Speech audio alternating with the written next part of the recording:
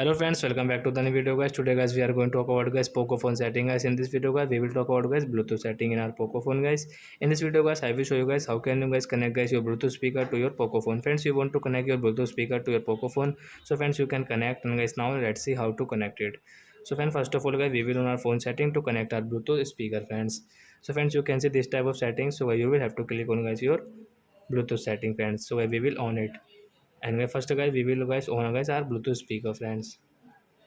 So friends, we will on Bluetooth, and guys you can see guys your Bluetooth guys, you can see guys this Bluetooth option. So friends, you will have to press on Bluetooth, then guys you can connect your Bluetooth speaker with your Poco phone friends. So we will refresh it. So friends, you can see guys your Bluetooth speaker name friends. We will tap here to connect guys. So guys you can see guys Bluetooth speaker has connected guys automatic, and guys active, and guys now you can use guys your Bluetooth speaker while listening song, and guys watching cartoons, listening song, and guys you want to pick up call, so guys you can pick up call from here guys.